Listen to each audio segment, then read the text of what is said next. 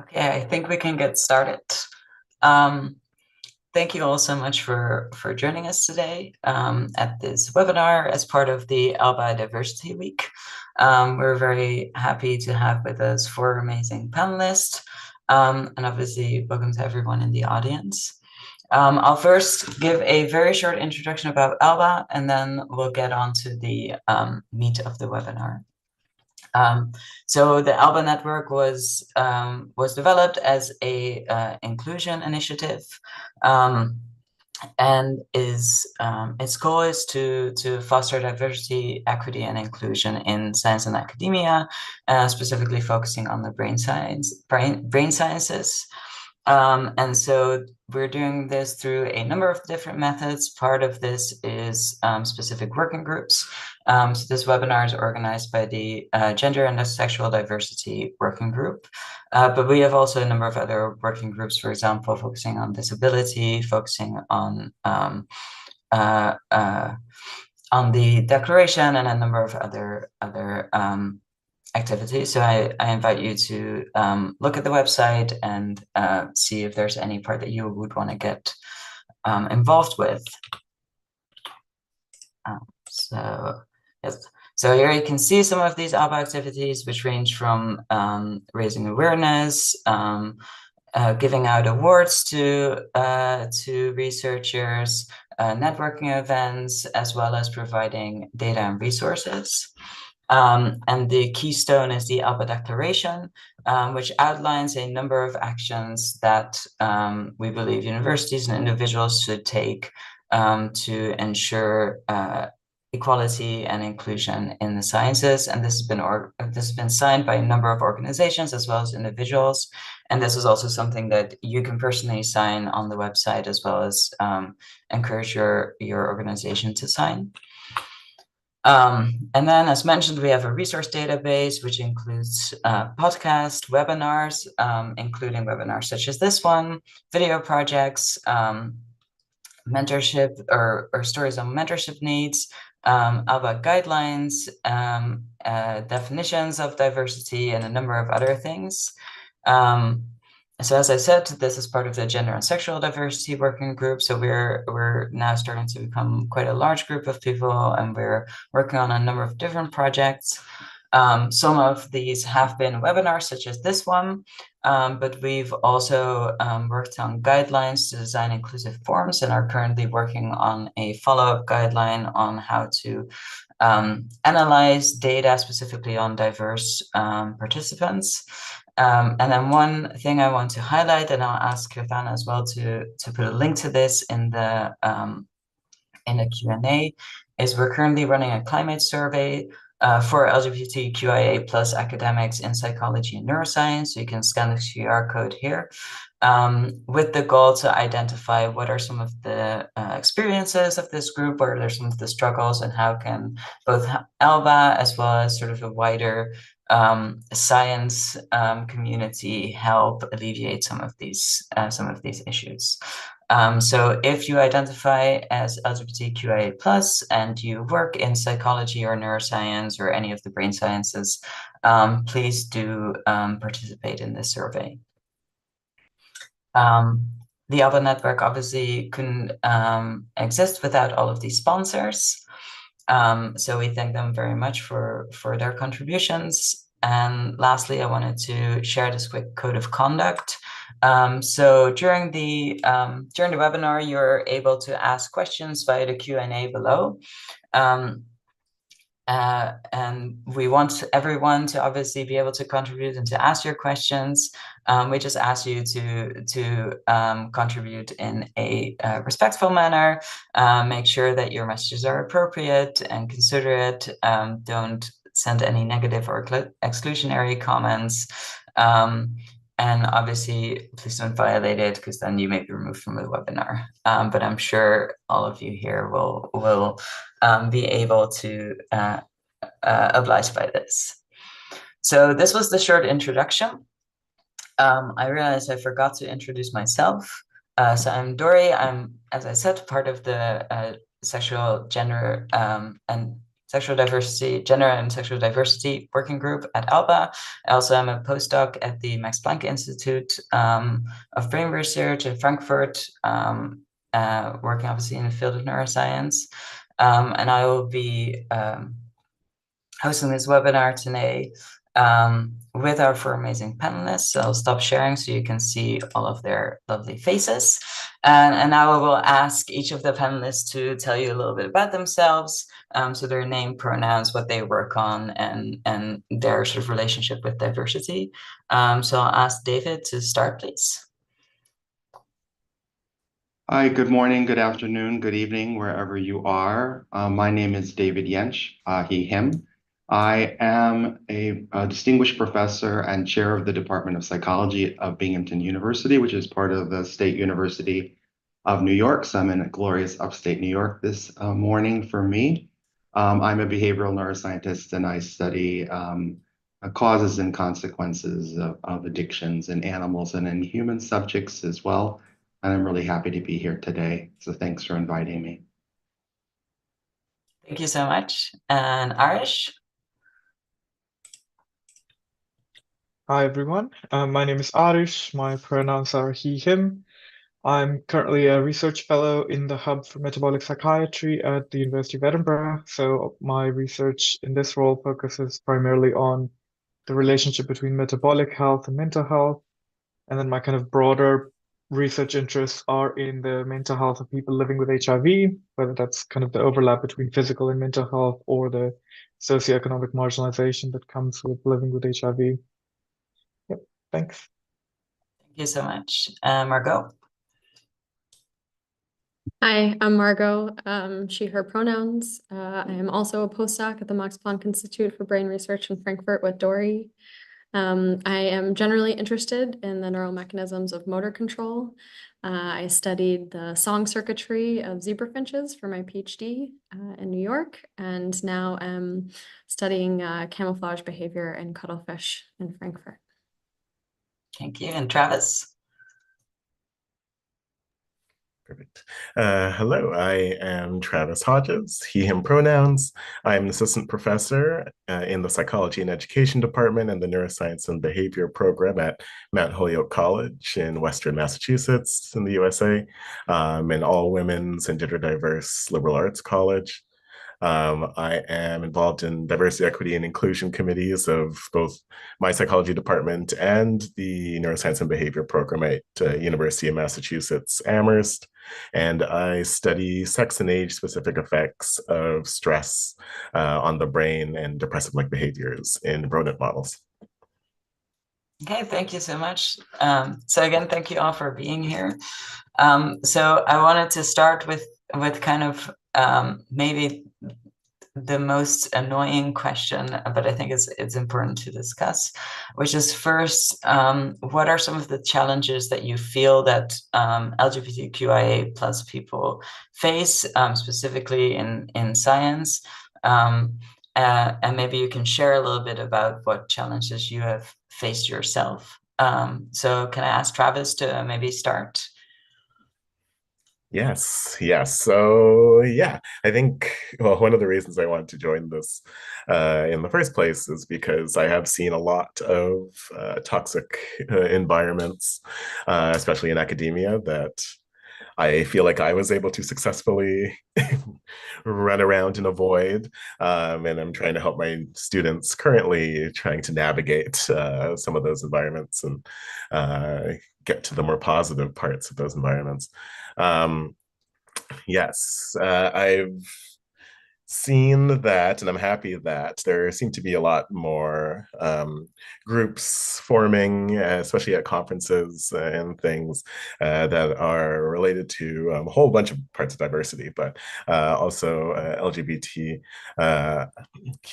plus community that creates a great environment for mentorship. and for us helping each other navigate some of the negatives that comes with academia.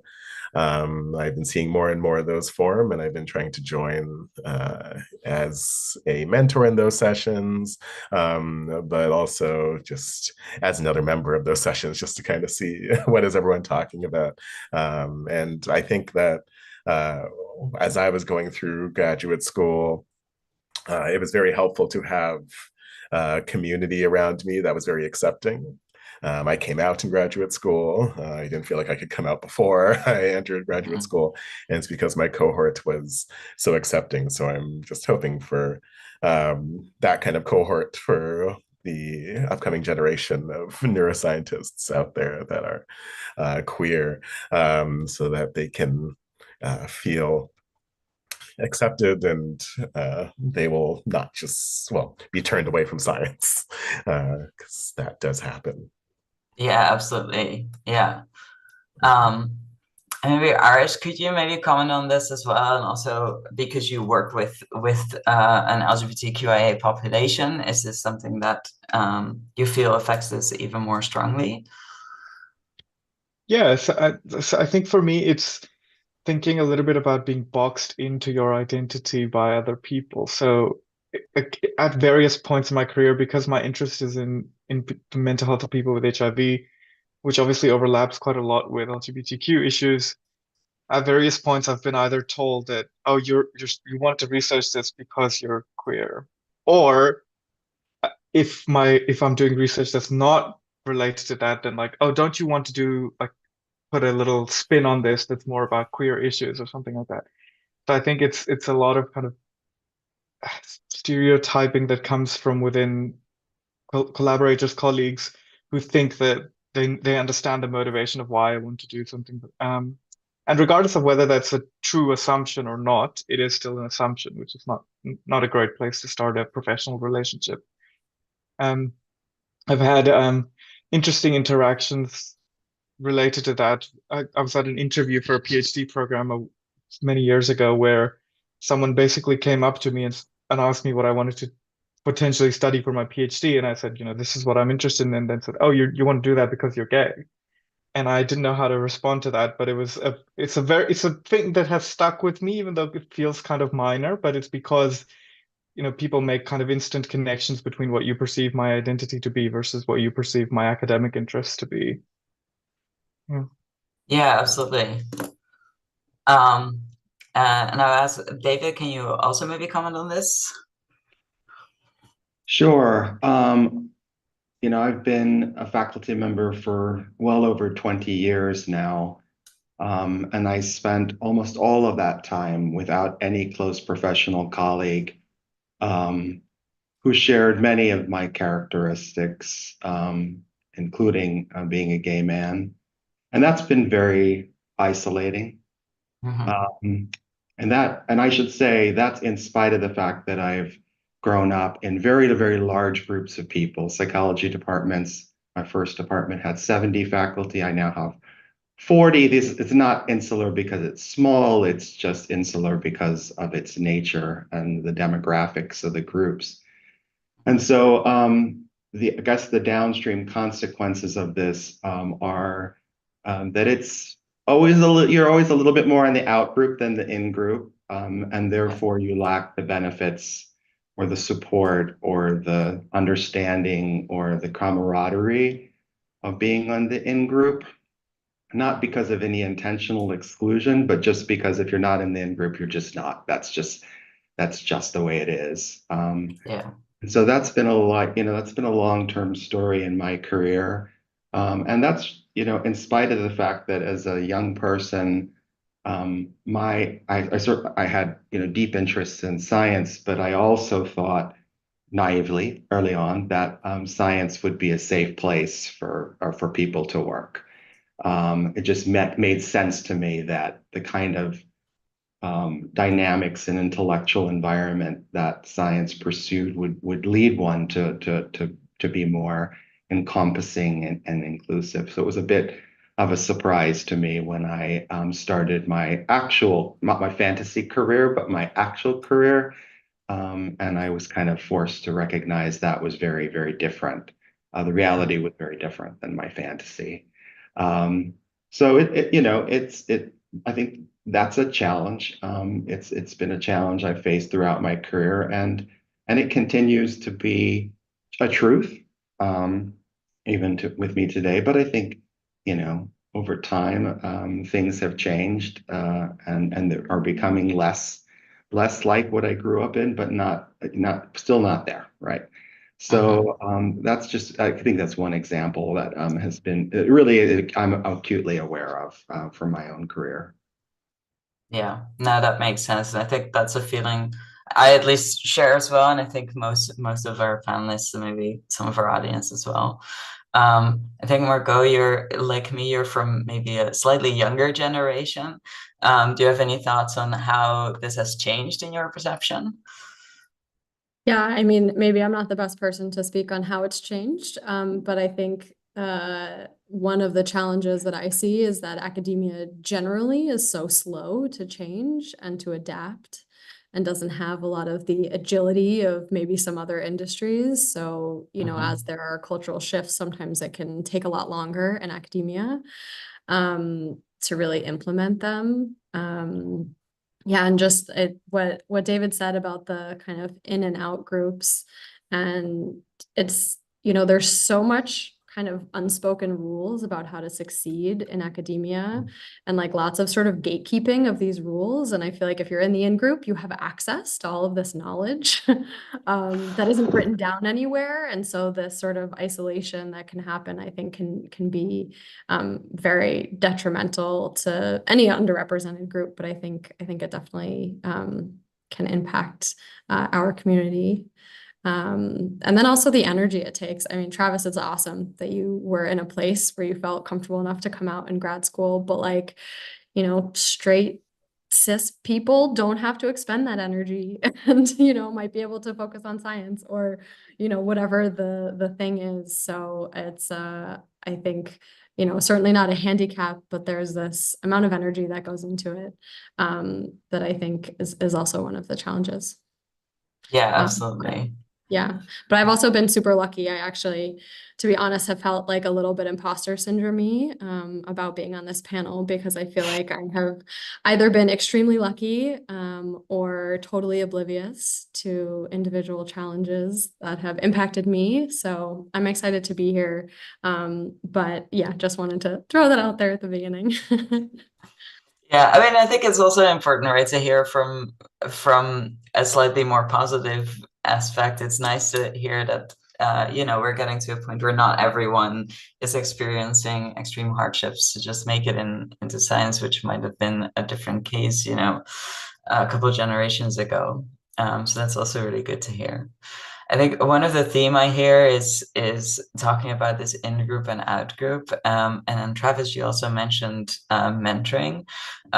So what I'm wondering is, like, how can we make sure for the next generation that we make sure that we give them the tools? So especially, young queer people, but also, Margot, you said other marginalized groups as well. How can we mentor the next generation to make sure that they don't land into this out group and they don't kind of and they do kind of start to learn these rules to succeed in academia? Can you maybe talk a little bit about what you've been doing with mentoring, Travis, and your thoughts on this?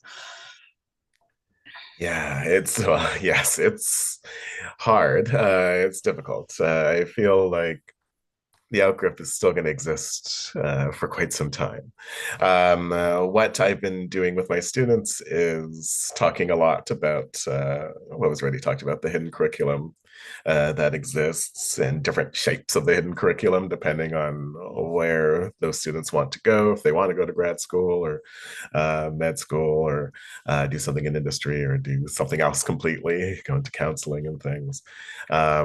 Trying to tell them, well, at least what worked for me at the time, and trying to give them those tools. And I tell them very clearly, I'm like, make a list of people. I usually tell them how important the people are in a lot of situations. Your supervisor can do a lot, can make and break science for you. So it's very important who that supervisor is. I tell them to give me lists of people, potential supervisors and things, so I can look at them and say, oh yeah, yes, these, well, I don't know everyone, but I've heard stories from friends and things of certain people, and so I give them straight up information about, you might not want to go over here, but you might want to go over here because you'll probably have a better experience, and you'll be able to cultivate that joy and love for science that you currently have. So I give that to all of my classes that I teach here at Mount Holyoke. I tell them all of that in class as part of the lesson plans, because I want to make sure that they all have that support, at least from me at this stage. And then I can tell them at least what I know of from certain conferences and things that I go to, what already exists out there as groups that they could join and follow on social media and things to get more information about what to do next.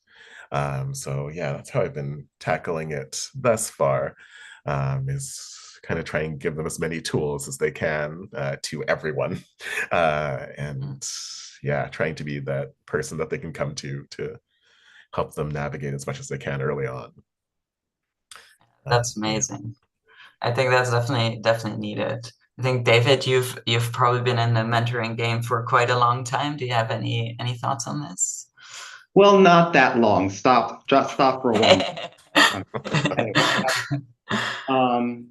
Well, the comment was made earlier that the cost of these factors, of these environmental factors, is that we spend more effort accomplishing the tasks that are in front of us, and that's true. And one of the ways that it that can be helpful to this to the environment, that definitely requires more effort, is to become a leader. And so, one of my goals early on was not to become an academic leader for the sake of it, but because that is the mechanism that I have to both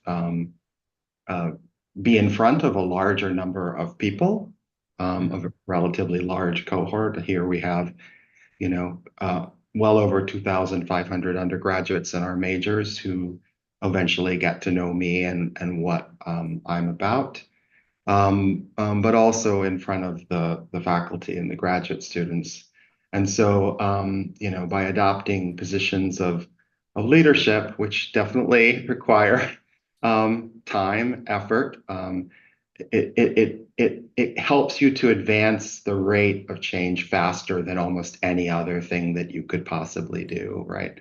But it does have a cost, right? So I'm not sure that anything that we could actually do to change the dynamic in a small or a medium scale is effortless. They all require really, really hard work. And so think about this and think about opportunity. I think I encourage everyone to think about opportunities where they can adopt a position of leadership, take advantage of an opportunity of leadership in order to advance their goals. And the goals that they have in mind, and to not, you can't change people's minds, but you can change people's behaviors, and you can change people's perceptions, and you can change the kind of conversations that are had and the kind of conversations that are not had, by the way, as well. And so that's, I think that's something. And by the way, I think there's many, everybody on this webinar has some opportunity to do this, whether it's being a mentor to undergraduate students in the laboratory. That's a leadership role that's really vital. Whether it's being a graduate, whether it's being a young faculty member just starting a new lab, that's an important leadership role. So leadership roles don't necessarily have to have fancy titles associated with them. We can all work in our own spheres and zones in ways that are really can be very effective. And I think that's something we should all think about. Yeah, absolutely. I think that's an amazing message. Yeah. So I wanted to focus a little bit, so now that a couple of you work specifically on mental health, and that's also something that we wanted to discuss in this seminar. And I'm interested specifically, Arish, like obviously we talked a little bit about you work with a particular population, and you also, you know, as part of that study their mental health. How has your studies kind of influenced your own experience, and have helped you kind of, you know, find your way in science, if at all, of course? Yeah, that's an interesting point. So, I mean, I've been doing mental health research for a number of years now, and I wouldn't necessarily say that it's helped me personally manage my own mental health. And the main reason I say that is because a lot of, at least for quantitative researchers, for us, a lot of our research is so much an aggregate that it doesn't really translate to the individual, which is a challenge of the research on its own to be able to translate it into clinical impact. But even just for me, intellectually understanding that there might be a link between my metabolic health and my mental health, for example, doesn't necessarily translate to being able to better manage it. What it does, though, is give me a better terminology to kind of identify things as they occur. So, I mean, I've had personal experience of mental health issues for a very long time, and that was partly why I wanted to do research in mental health. But so it helps me kind of maybe understand a bit more about my own patterns and be able to name kind of things that might be risk factors or triggers for my own mental health, but not necessarily kind of translating into, you know, it's not a quick fix, or it's not even really a fix. Yeah, of Yeah. course. Yeah. Yeah. Yes. And have you found that specifically, as you said, you're not specifically obviously working with the queer population, but specifically with an HIV population, which does include a lot of LGBTQIA men, or LGBTQIA individuals in general. Has this kind of impacted how you do your work? Yeah, absolutely. I mean, because there is such an overlap between working with people with HIV and LGBTQ community, I have tried to do my research in a way that is quite forward in terms of being inclusive of people's identities. So things like, even if I'm asking about, you know, their gender or sexual identities, the standard questionnaires don't really do anything much. And that's also kind of a plug for Alba's kind of resource on how to design inclusive questionnaires in clinical research. But so making sure that we're asking our people within our research how they want to identify rather than kind of sticking to standards boxes. And also, a lot of the people within our research are LGBTQ, and for many of them, their experience of being queer does impact their mental health just as much as their experience of living with HIV. So these are all very complicated kind of relationships that we do need to account for, which you're not able to account for those unless you're being very intentional about it and designing studies in a way that really gets at those issues. Yeah, that makes sense. And I think, Margot, you're kind of on the opposite side of the spectrum, where your studies basically don't have anything to do with, you know, being queer. How do you kind of do you find yourself kind of feeling like two people, or how do you find that maybe your queerness does involve your research? That's a good question. I was thinking about this leading up to the panel because it's not something I think about very often. I think I love science. Obviously, we all love science, but I think a big part of why I'm sort of still in academia is because I am excited to address a lot of the challenges that we've talked about. And that's sort of what draws me in. And I think a lot of the things David was talking about, you know, making those small impacts, but also putting yourself in a position where you can kind of have the greatest impact on people. So I think it's more that maybe my identity as a postdoc now is split a little bit in two in terms of being like very science focused, and then kind of this like making academia generally a safe space, which obviously is informed by many aspects of my identity. But yeah, it does feel a little separate, but I think I feel like that academic sort of leadership motivation is maybe sometimes a bigger part of why I'm still here. So again, I love the science. It does get me up in the morning, but I think on a longer time scale, yeah, being able to make it a better place for other people is really why I'm here, I think.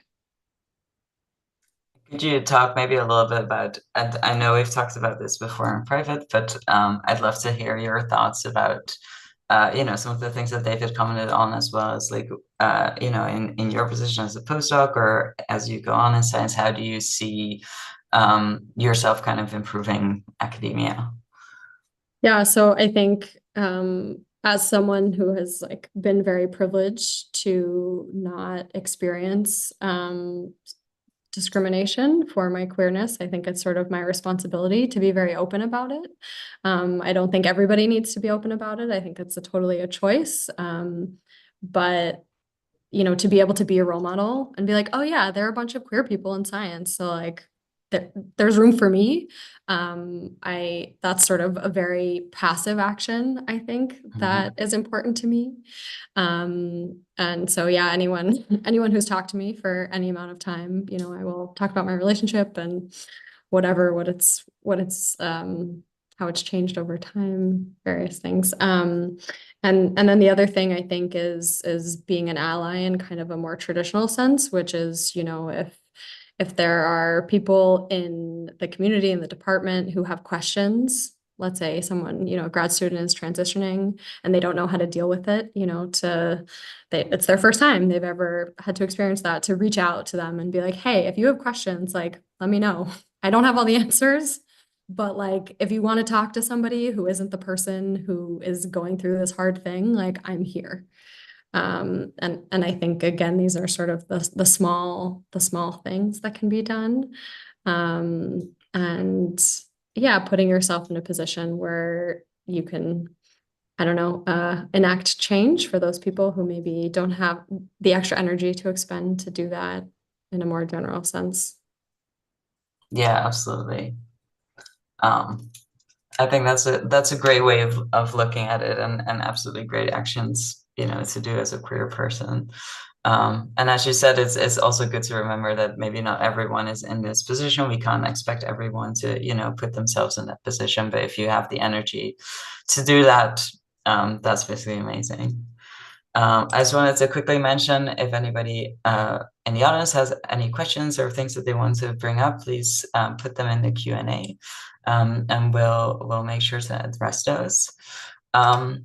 I wanted to come back to something you were saying, Margot, and that David said before as well, where you're both talking about, kind of extra things that we as queer neuroscientists kind of have to do, or feel maybe obliged to do in some cases. But this also obviously comes with this extra burden of you're putting yourself in positions where you're doing a lot of extra work. So can you talk maybe a little bit about how do you make sure that you kind of guard your own, your own mental health, your own well-being, while also putting yourself in a position like this? David, could you comment on this first? Sure, absolutely. I guess first and foremost, I consider myself privileged to be able to do some of those things, even when they come at a cost. You were talking about how identity might intersect with research, but as academics, maybe we can have more dimensions to our jobs. So I do a lot of teaching. I often stand in front of hundreds of students who are looking at me wanting to learn about neuroscience and psychology. And so in there, my identity is much more important to me than it is, say, in the lab where I'm staring in a microscope or looking at a computer. And then clearly also in the service that I want to do for science, but also for the community that surrounds us. But I think there are challenges that we have to take on. It does require effort. And so the first thing, again, to remind oneself is that it's a privilege to be able to do that. I had a young person who works in my lab in my office not that long ago. just in general to discuss the fact that they really saw the world just falling down around them, and wondered whether it was even worthwhile to, you know, go to professional school or go to graduate school, as opposed to just, you know, lack of a better term, giving up. And so that was a very difficult. I mean, it was not easy to protect my own mental health, because it was a very distressing thing to be able to try to navigate with somebody. But it was still a privilege to be able to be the one who had that conversation with the person. And it was also rewarding to be able to have some kind of impact with them, so they understood, you know, a variety of factors, and including really being focused on the fact that although there are ups and downs in lives, the long arc of history favors progress, and it favors things getting better, right? And so, you know, things like that. So, you know, I think it is important to accept that these things come at a cost. They're burdens. They affect us emotionally, even when it's not about us, right? Just our empathy, if nothing else, causes us to carry the weight of other people's experience. But it's ultimately a privilege to be able to do that. It's a privilege to be able to try to change the dynamic of an academic group. And so that's what I tell myself, the game face I put on when I walk into that room, and what I tell myself afterwards. And so I think, and then, you know, it is important to understand that that doesn't mean you don't have boundaries. I think those are not mutually exclusive. It's still possible to have boundaries, and understand that we have, you know, even though, for example, I might want to take on certain responsibilities and roles to produce progress, it's still also a community obligation to do that. And there has to be a point where I can say, who am I going to pass this on to? Who am I going to bring in to aid my efforts? And, you know, I think all of us, even when, like going back to my first comments, even when we're in a group where we may feel a little bit isolated, that doesn't also mean that we don't have allies who are helping us out. They may not be everyone, but they're there. And you know, I protect my boundaries by having partners, professional partners who are working on these things with me, and they'll help. They'll step in when I'm, you know, when I'm depleted, when I'm just not ready to, despite the privilege, where I'm just not ready to meet the responsibility or the obligation. That's another part of it. So just, you know, I think have that positive mindset and try to, you know, a privilege to extract some energy and some reward from these interactions, even when they're burdensome and they cost us something. Yeah. I mean, that's a really beautiful way to look at it. And I'm glad that you know, you're in a position that you can do this work and impact so many students. Travis, you also do a lot of mentoring. Do you have anything to add to this? Yes, completely agree, and completely agree with the boundaries. We just designed a mentorship program for the graduate students at University of Massachusetts, Amherst, in the neuroscience program that was for more senior graduate students to mentor the new coming graduate students, to try to help them figure out things to come, and prepare them for a whole bunch of challenges that were probably going to come their way. And when we were designing this, we were thinking, do we want to pair them up one with one? Do we want to pair them up like two with one? Like, how should we do it? And it did come up, like how, because it's going to be taxing on especially one person to do this kind of work. So what we ended up doing in the end was kind of just design group get-togethers, group gatherings with all the graduate students together to kind of talk to each other and get to know each other, more senior ones and the more new ones, that they can then form their own smaller groups and continue talking with those smaller groups if they want to do that, if they want to put that on themselves.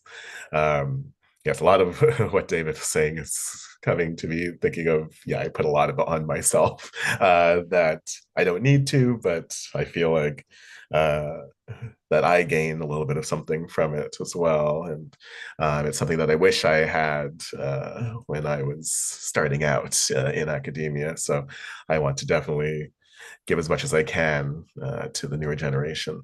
But I do think, yeah, we're trying to, at least in that sense, we're trying to design mentorship places, spaces in a way that people can help each other mentor. So it doesn't have to get put on just one person because, yeah, it's tough. It's a lot of time, lots of time. Yeah, absolutely. Yeah, and I think what I'm hearing across both of your answers as well, and this is going to be one of my next questions, is that a support system or having, people around you that can help you is very important. But obviously, this is not this is not trivial to build. So I wanted to get your thoughts on how did you sort of find a community, and how did you find, how did you collect kind of people around you, both within academia and outside of that, to support you both in these activities and outside of this. So Arish, could you maybe comment on this? Yeah, sure. So it is quite tricky to try to find and build that community in addition to how much time and energy academia takes already. So I mean, I've quite struggled to, finish a whole day of work and then try to go to a social event or something like that, even if those opportunities exist, but which they don't always exist. Um, but I guess for me, it's one of the ways that I've built that special little community around me is kind of grimly to realize that I'm not really going to find people who actually share all of my kind of identities and experiences. So, although it sounds weird, but like just realizing that and acknowledging that, it means that I'm open to a lot of people who might share my values despite not coming from the same backgrounds or same experiences. And that helps me build a community of people who we all support each other without necessarily having had the same experiences or yeah, so just especially people who have some experience of marginalization their own, even if it's not any of my personal identities, it really helps to build that community, and I tend to gravitate towards those people anyway. Yeah, no, that's a really good answer. I think, Margot, you've probably recently been in a situation where you kind of had to at least build your support network anew. What have you experienced doing this? Sort of a tough question because I feel like once a week I'm like, wow, I really need to invest more time in building a support system and a community. So I moved to Frankfurt a little over a year ago. Lived in New York my entire life, so my whole support system is there. And yeah, I don't know if I have so many tools. I mean, I think like Arish said, being in academia, usually the people you're around are your coworkers the most. And I think maybe similar to what he was talking about, I have found myself gravitated often towards the people who want to enact change and make academia a better place. Similarly, like not necessarily sharing my identity, my various identities, but I know in grad school it was a big part of how I made it through. My mental health wasn't so good for various portions, and I think being around people who also wanted to change the way it was and make it better for future generations was, while demanding, very helpful and supportive and was like a really good outlet. And I think most academic situations have people who want to do that. There's enough dysfunction to go around, I think. And yeah, so I think that has sort of always been for me the sort of main support system. But yeah, this is something I never appreciated about academia is often we are uprooted from our places and are kind of dropped in who knows where, driven by career things. And yeah, it's hard. I don't know if anyone has has tips. I mean, I luckily have found myself in a really great place, but yeah, building community far away from home is tough. Yeah, definitely. Right. And then I think all of you have basically mentioned this to some degree. When I ask about your, your queerness, you always say, obviously, there's multiple identities. And this is very important as well, as like, as much as we don't want to be defined by just being queer, that's also not just who we are. So I wanted to talk a little bit also about intersectionality and how you find sort of this intersection of your multiple identities kind of affected, and how do you find a place for yourself in science. So Travis, I hope if you don't mind if I bounce this to you first. Do you have any comments on this? This is a very tough question. Being Black and gay in neuroscience has definitely had its challenges, but I've done similar to what people have already been talking about. I've seeked out specific groups, some based more around my Blackness and some based more around my neuroscience interests, to kind of form my support groups. I've done it kind of that way. And some of them are both mixed together. Being a part of Black and Neuro helped a lot with that, because I got to meet a lot of Black neuroscientists I didn't even know existed and did not have in my mind at all when I was a growing neuroscientist early on. So I'm again glad that some of these groups are now forming and existing that did not exist before, because they do help a lot. Yes, and when I was looking for my current job, I was very much aware of what kind of community I wanted to be in, who I was hoping would be around when I was looking at certain departments, and I couldn't see anyone that looked like me or that I could identify with. It did make me say, oh, I don't know if I want to work over there. And so I was kind of eyeing places where I could find more people, which is not always the best thing, because you do want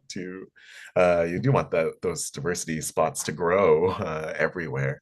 But it is something I'm now thinking that I'm very conscious of, that I was very much zoning in on spaces where I knew I could be at least somewhat supported for a part of either my queerness or my Blackness.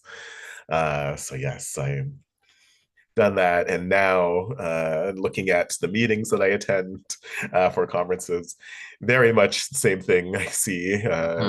Attracted to very much like-minded peoples and spaces all the time. I'm hoping to spread that out a little bit more to other spaces, because I'm sure there's people in those more less diverse spaces that need some extra help navigating the environment.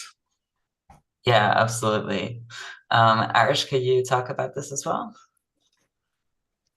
Yeah, sure. I mean, a lot of times I feel like, as many of us will feel, that different parts of our identities are more salient in different instances. And so to me, a lot of times feels like being an immigrant is a lot more challenging to me in my day-to-day life than being queer necessarily, because I've got that kind of social support system everywhere that I go.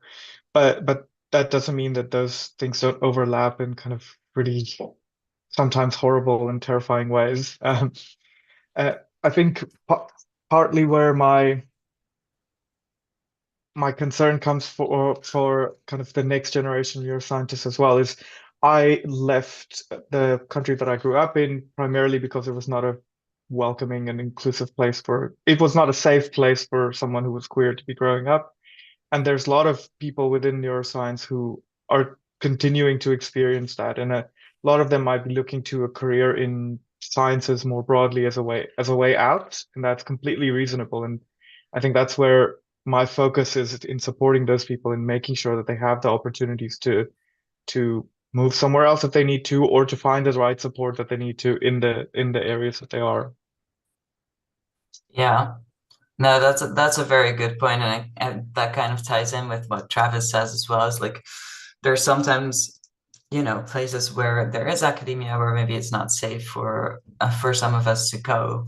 And maybe related to that, like how can we specifically also help people, for example, who don't want to leave their home country, but want to stay and want to try to enact change. The Irish might be, because you were talking as well about, being an immigrant and helping people kind of maybe make the move. But do you have any thoughts on this? Like, have you encountered people who want to stay and want to, and how they could be supported? Yeah, definitely. I mean, I don't think anyone would choose to move out of their home country if they have a choice. So definitely a lot of people would prefer to stay within the support system in the family or friend circle that they already have. I think tackling that is more of an institutional challenge than a individual one. So something like ALBA is great because we together have the collective bargaining power to be able to advocate for those people and to be able to build the support systems that they need within those countries, which maybe it might not be safe for someone to do at an individual level, but as an institution, we can try to do that. So I guess my kind of short and simple answer would be that we need to, for people who want to continue staying where they are, but who don't feel safe being queer or being out and being queer, we need to provide those kinds of safe spaces, but also support infrastructure within neuroscience and within academia more broadly. And ALBA and other networks like this can really advocate for that through the institutions within those regions. Yeah, that's a really great answer. And I think this is something we're also trying to actively figure out is by trying to reach those people and asking, what kind of support can we give you? Because I don't think we can just expect everybody to, as you said, like a lot of people don't want to just move out of their home country. And we can't expect everybody to, move to New York and be able to be open and queer there. I wanted to quickly share in our Q&A, we got a very nice message from Marina who said, I agree with Margot, moving away from home. It's been one of the hardest part of my career in academia. And then she says, thank you all for sharing your experiences and what we can do and what we can do to make science a better place for everyone. So that's really nice. So I wanted to slowly start moving also to the Q&A questions. And so please do keep asking them in there. So Carmen Sandy, who you might all have known, who obviously has played a big role in ALBA, says, thanks to all the speakers for your important insights. As you all said, things have improved and continue doing so. Someone could ask or wonder if we are already done, if we still need focused actions, for example, from ALBA specifically, or maybe in your institutes. How would this topic look like in the future? Do you think our communities are mature to keep going, or would you expect that we may go back in some way? David, could you maybe take a first stab at this question? Sure. Thanks for the question. I think it's a good one. And I think there will be it will be a long time before this kind of conversation ceases being important, valuable, or necessary.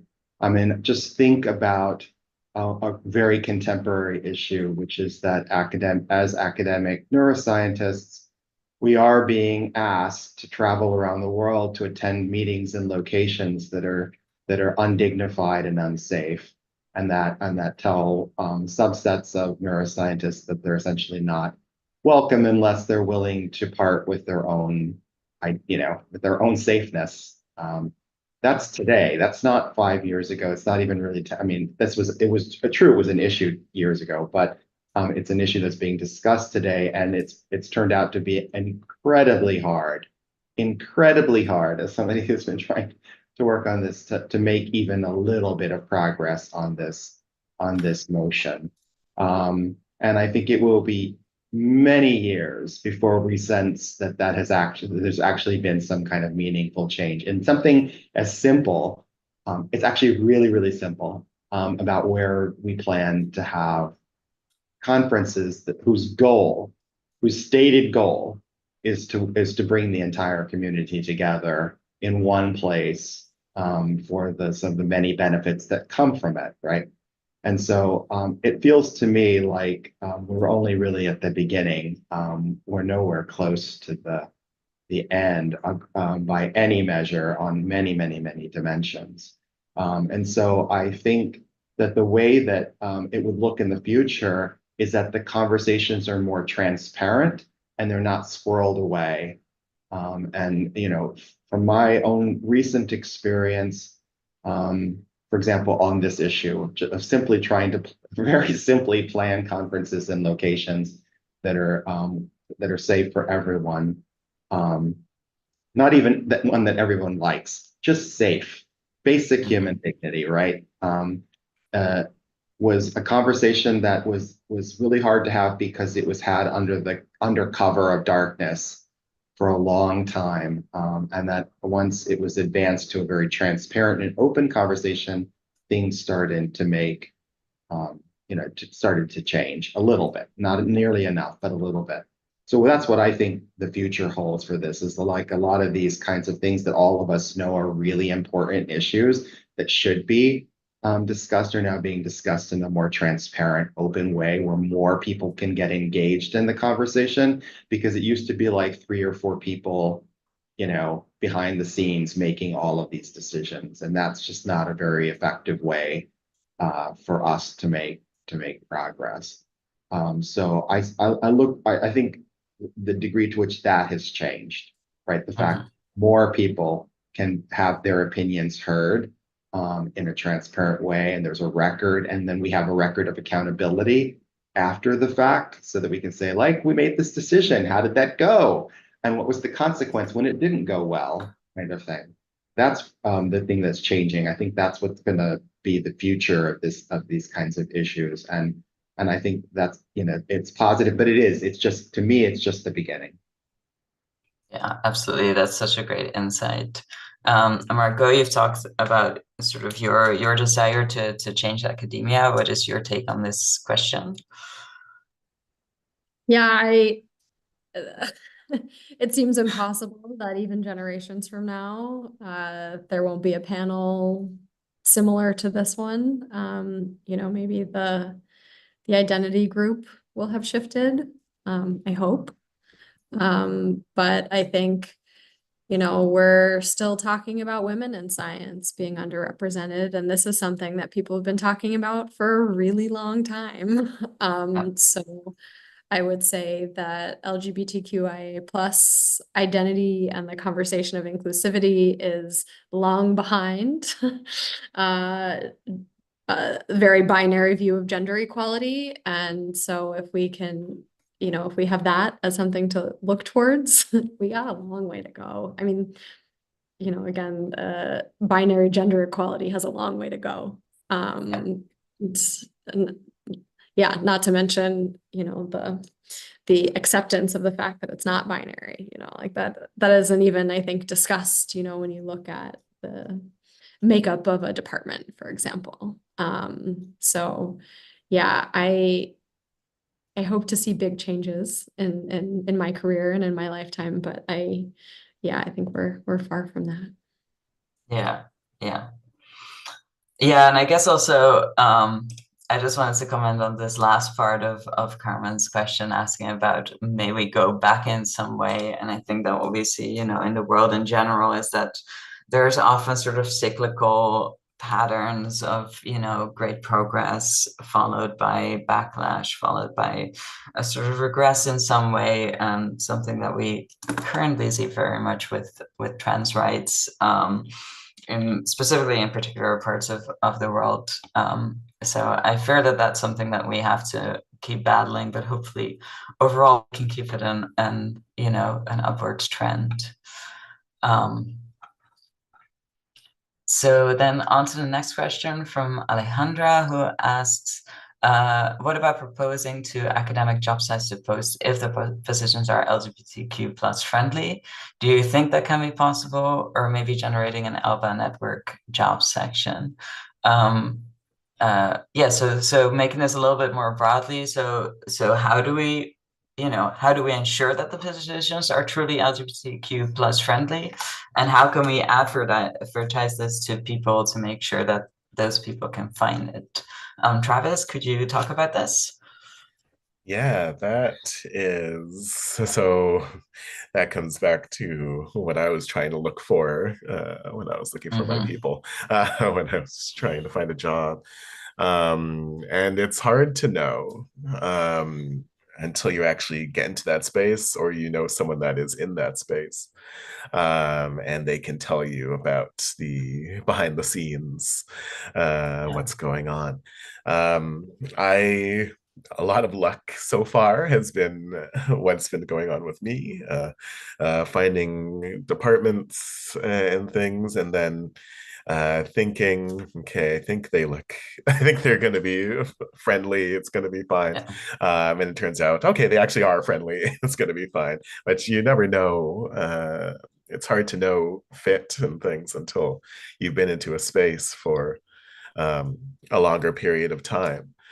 So a lot of what I've been telling students of mine, and a lot of what I know professors and PIs usually do, is tell people that are applying to positions to talk to people, other students that they have, or other people in those positions, to learn more about what's going on behind the scenes. So I do see a lot of professors do direct students to other students in their labs when they're applying to labs, which is great.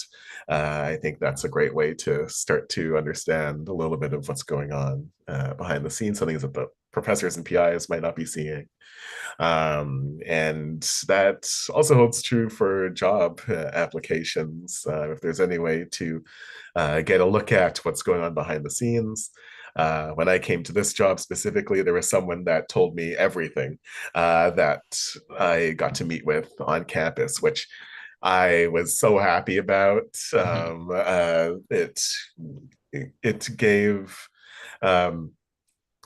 it gave a transparency that I was not expecting, and it was able to help me make my decision of where I wanted to go. And I think that kind of transparency is needed in all situations to find a good job that you know that or that you think that you could fit in. I don't know that definitely. I think there could be a list of places where people can give their input on I was treated nicely there and things, but it varies so much from person to person. Everyone's going to have their individual experiences, so I do think that even that list is going to be kind of a hard thing to create. But yeah, if there could be a list of people to talk to in each of these institutions that will tell you some transparent information about what's been going on behind the scenes, maybe that is a way that we can tackle this, having kind of a set person or people that in each position, which I mean, that'll take years to happen, but it'd be very helpful. Yeah, absolutely. You're kind of commenting also on Dana's question or follow-up question here that asked, I wonder if there's a place that has potential supervisors that are LGBTQ plus positive listed, or some way that we don't have to rely so much on the word of mouth that you've talked about a lot as well before. And as you said, like it probably, I would have a very different experience than you might have going to a certain place in terms of like different aspects of our personality, of our identity, on whether it would fit. So yeah, maybe just a list wouldn't be sufficient, but having some way to talk to someone, or having a list of people that you can talk to might be a good solution for that. Yeah, and I know, Arish, you're in the UK, so the institutes have, for example, a race equality charter, and the name eludes me now, but I know that there's a gender equality scheme as well. Oh, is it Athena? So you can Yeah. have your university with your little gold marks or your silver marks. Do you find that listing these in job postings, has that had any positive effect on actual inclusivity? What are your thoughts on this?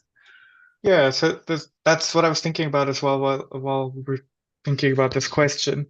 And you'll get different views on this from different people, but I think a lot of people do agree that things like the Athena Swan are kind of useless because everyone kind of is able to fill that checklist to a certain degree and get this kind of certification, which doesn't necessarily reflect the actual institutional culture. It's more about, um, are you meeting these very specific kind of requirements? And that's, as we know, I mean, the culture can be quite different even within a lab as opposed to, the entire university.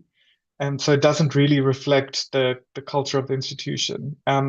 For me, I think it's so I struggle with kind of things like diversity statements, which a lot of places in the US especially require now for job applications. And my gut reaction is to say, like, I don't want to write this. Like, you need to tell me what you're doing to support diversity and inclusion within your institution. I shouldn't be telling you what I can offer. Um, and so that's somewhat of my approach to kind of having a listing of which places might be good to work at or not, because if an institution is able to produce kind of personal individual testimonials from people that are publicly available, that tells me that people working there are happy enough to endorse that institution as a place of work from a range of different identities. So that's kind of my personal benchmark of, are you able to tell me publicly that there are people working there who are happy with how they've been treated at your institution? And that's not an easy benchmark for a lot of institutions to reach because A, we don't have the level of diversity yet. And then whatever kind of diversity in various forms you do have, people might and likely aren't having very good experiences because of prejudice and discrimination. But if you do end up reaching that, that's my gold standard. If you can put that out on your website publicly, then I know that that's a good place for me to apply for a job.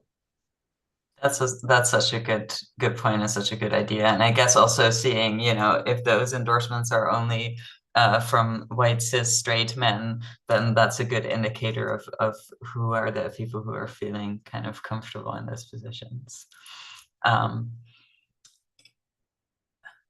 Right. So yeah, we talked a little bit about kind of changing the system, and also now with looking for jobs, like a lot of this is kind of being done on the back burner, or like in the back rooms. It seems like we're starting to get these conversations to be played out a little bit more publicly. So what are some of the things how we or our allies can kind of push the current situation to basically get better, on essentially a day-to-day basis? David, do you have any thoughts on this? Sure. Yeah, you give me the $1 million question that no one has a full and complete answer to. Otherwise, we wouldn't be having these kinds of discussions. The bottom line is that this is the end point, right? So if you can create a laboratory in which all kinds of people can succeed, then that's what we want to achieve. Because if there's less bias in the success of individuals in training, then the community will change, and if the community changes, then everything else, almost by definition, changes as a consequence of that. And so, I would hope that the goal that all of us have, irrespective of our identity, is to create training environments in which everybody who joins the group can be successful. It's not just that everybody can join the group, but that everybody can be successful, regardless of their values and their identities and their demographic characteristics. And that is hard. It's hard even if everybody in your lab is a majoritarian type person, a majoritized person, right? Because everybody's different, even within small groups. And it just requires a kind of flexibility. I mean, basically, I decided a long time ago to leave my preconceived notions of what it means to offer an environment for success behind, and to listen and to try to be cognitively flexible and to see other perspectives and to see why this works better for this person and works this something totally different works for someone else, which is as a way of being again a kind of inclusive with regards to people's values and their goals and whatever. And so I don't know how to do that other than just to decide to do it. Right. I mean, that's, or at least it's the first step, is just to decide that I'm going to create a training environment in which I leave my what worked for me is irrelevant, right? What worked for me in my life is totally irrelevant. That's not the method that's going to work to train people. I have to listen. I have to observe. Sometimes I even have to be able to hear things that people can't themselves say, which is why this is what really becomes tough, because people aren't always capable of articulating what they really need in terms of success, right? So I'm just being as flexible as possible, listening, having the goal of everybody succeeding, which is itself kind of a mental shift in an atmosphere where we think that rigor and some level of failure is required for rigor, right? That in order for something to be rigorous, we have to weed out. But I don't think that's actually really all that true. So I think just changing if more people change their perspectives away from the idea that rigor means failure or changing people to fit the recipe that we think success is, and instead we embrace what the more different forms of success. That's step one. I don't know what we can do if we don't do that, right? If we don't do that, then I don't know that any other technique will work downstream. Yeah. I guess for that to work as well, we kind of have to look at, academia as a wider, has a wider issue with that. This is obviously not specific an issue for us alone. But I think that's a really good way to look at mentoring. Absolutely. Have you found that, by you doing your mentoring in this sort of way and kind of spreading, I guess almost like spreading the word, have you found that has started to influence some of your peers as well, or maybe some of the students that you've mentored to take a similar approach? I wouldn't take credit for any kind of change around me, but I think it's happened, and I think it's happened just because of, right, there's generational shifts. Like we can't take credit for generational shifts. There's a real movement in terms of the way that mentoring is delivered and what it means to be successful. And I think that's really a community effort. I mean, I guess what I hope and what I hope other people in similar situations have been able to demonstrate is that students can be extraordinarily successful by even the common metrics of success if you have in spite of having an environment that's different from the way that we used to evaluate progress and success, right? And so I'm very proud that my environment has created students who are successful by their own view of what it meant to be successful, which included some people who ended up like me and some people who ended up doing very, very, very different things. And so I think I think we're all responsible for that change just because we're members of a community that's driving that forward slowly, slower than any one of us would like, but it's happening, right? And this goes back to this point about the long arc of history is usually working in all of our favors. Yeah, absolutely. And I hear also you saying a similar thing that Travis said before. So we kind of need to, make space for our students and for people to have all kinds of different goals and different, career trajectories, different ways of working and thinking for them to be successful and be open to that. Don't just think everybody has to do science in a certain way.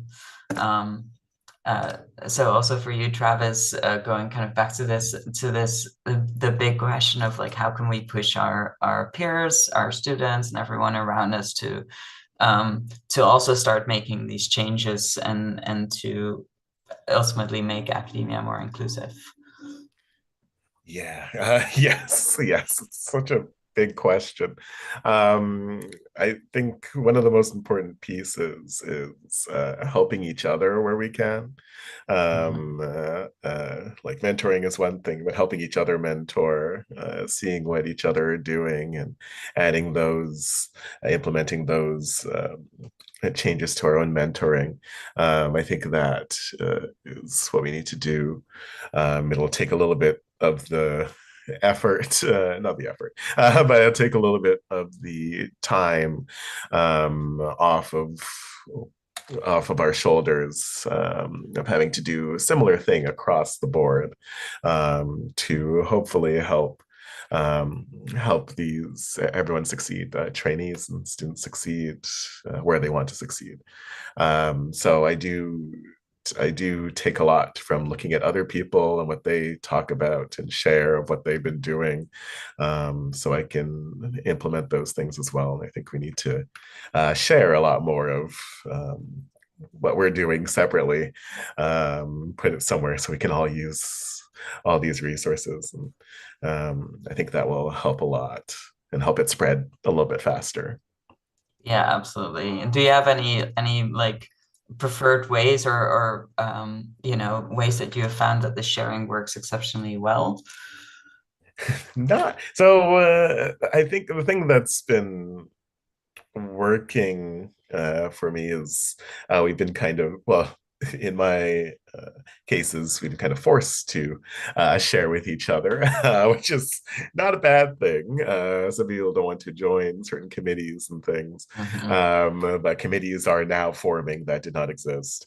That is leading to kind of a forced sharing of what people are doing behind the scenes with their own teaching and students and things. So I think more of those spaces have been helpful to share a lot of this information. So more of the spaces of, I think, more talks, more panels like this, and more committees that are forming more and more that we see every day, are kind of leading to this sharing of information that we do need. I think we do need it. It's not everyone wants to join it, but we do need it to kind of share that info at a faster rate than we can do alone. Yeah, absolutely. And you mentioned Black in Neuro before as well, which is doing an amazing job at some of these things. They're really, for me at least, they're really an organization that's kind of like a exemplary in community forming, sharing information, and that they've grown so fast and done such an amazing job with organizing webinars and organizing resources for all kinds of students and peers. So I think that's definitely an organization we can look to, at least as inspiration to see how this can be organized. So we're coming near the end of our webinar. So I would encourage anyone, if you have any more last minute questions, to pop them in the Q&A. But I wanted to ask all of our panelists kind of a final, more positive question about maybe what is the kind of ideal, or what do you want people to take away from this webinar, and to go back to their institutes, their universities, back to their students, and to bring with them. David, can you start? Sure, I guess I would encourage everyone to take home the idea that that even though we're all individuals and we fulfill different roles and different responsibilities, in every case there's something that we can positively do to create an environment around us that is supportive to our own well-being, but also to those of the people that work with us laterally or vertically, in the case of trainees, for example. And so there's a tremendous amount you can do. And yes, it requires effort, but just stop, pause, and remind yourself of the opportunities and the privileges that come along with that. And that can benefit us all in the long run. And so that don't feel small and helpless. We're all small, but we're not helpless. That's a really, really good quote. Arish? Yeah, I guess I would say that we know this, all of us know this from neuroscience and mental health research, but community is everything to help people kind of stay thriving. So I think all of us, and community is such an abstract concept, but all of us make up a community for someone else. So we just need to keep doing that and making sure that we are supporting people personally, but also supporting people politically, because I mean, obviously the personal and the political is so closely intertwined. So if we're looking to support people's mental health, and if we're looking to make sure that more and more diverse groups of people can thrive in neuroscience, we have to do that on a personal level as well as on a political level as well. Yeah, absolutely. Margot? I think you guys both, wrap things up really nicely, but I think the small pieces that, just asking somebody a question or asking them how they're doing can go such a long way. So these small things can make a really big difference. And one of the small ways I sort of mentioned, but I love to be part of people's networks, their science networks, especially about this unspoken stuff. And I imagine everyone else in the panel started to speak on your behalf, but any of the participants, or if you guys are watching this recorded after, like, reach out to us. Like, if you're interested in the stuff we're doing, if you're located in the places we're located, like, we can connect you to other people, other things, help you in your journey. And finding people like us is always good, but like, we're here. You have our names. Find our emails. It's one of the things that brings me the most joy in what I do, is like getting an email and hopping on Zoom for an hour. So yeah. That's amazing. And Travis? Yes, and I will echo that.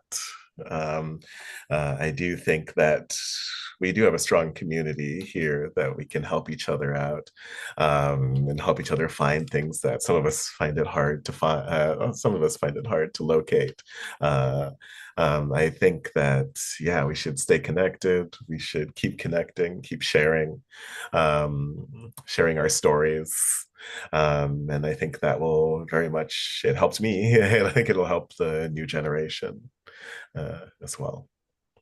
Yeah, absolutely. Yeah, and I think also you can always reach out. I mean, obviously, we're doing this from Alba. You can always reach out to Alba as well. But I think reaching out to local interest groups, maybe your professional organization has an interest group as well. And I think a lot of people feel the same way as Margot said, is that they love to help you out. So don't be afraid to reach out. There's plenty of us here.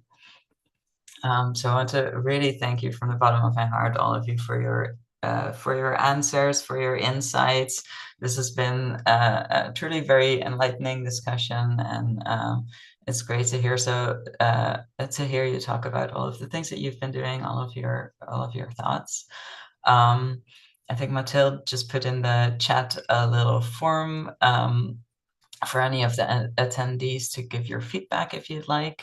But yeah, if does anybody have any final questions that they want to kind of get out before we close this out? Anything that we haven't discussed that you feel like needs to be said?